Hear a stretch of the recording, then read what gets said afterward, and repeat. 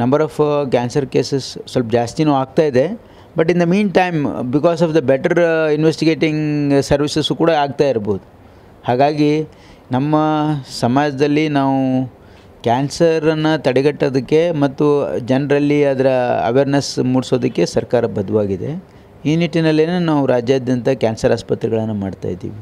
ಈ ಬಜೆಟ್ನಲ್ಲಿ ಒಂದು ಕ್ಯಾನ್ಸರ್ ಡಿಟೆಕ್ಷನ್ ಸೆಂಟರ್ ಬೀದರಲ್ಲಿ ಮಾಡಬೇಕು ಅಂತ ಘೋಷಣೆ ಮಾಡಿದ್ದೀವಿ.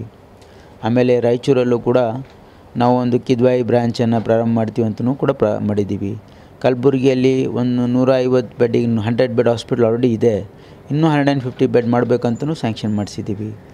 ಇವನ್ ಇಲ್ಲಿ ಮಂಡ್ಯದಲ್ಲಿ ಮಾಡ್ತಾಯಿದ್ದೀವಿ, ಮೈಸೂರಲ್ಲಿ ಮಾಡ್ತಾಯಿದ್ದೀವಿ, ತುಮಕೂರಲ್ಲಿ ಮಾಡ್ತಾಯಿದ್ದೀವಿ ಮತ್ತು ಬೆಳಗಾಮಲ್ಲೂ ಮಾಡಿದ್ದೀವಿ. ಬಟ್ ಅಲ್ಲಿ ಇನ್ನೂ ಸ್ಥಳಾವಕಾಶದಿದೆ. ಕಾರವಾರಲ್ಲಿ ಮಾಡ್ತಾಯಿದ್ದೀವಿ.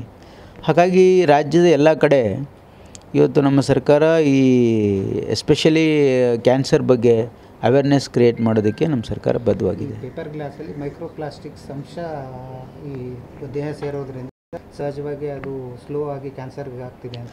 ಕರೆಕ್ಟ್. ಆ ರಿಪೋರ್ಟ್ ನಾನು ನೋಡಿಲ್ಲ. ನಾನು ನೋಡಿದ ಮೇಲೆ ಅದರ ಏನು ಕ್ರಮ ಕೈಗೊಳ್ಳಬೇಕು ಮಾಡ್ತೀವಿ.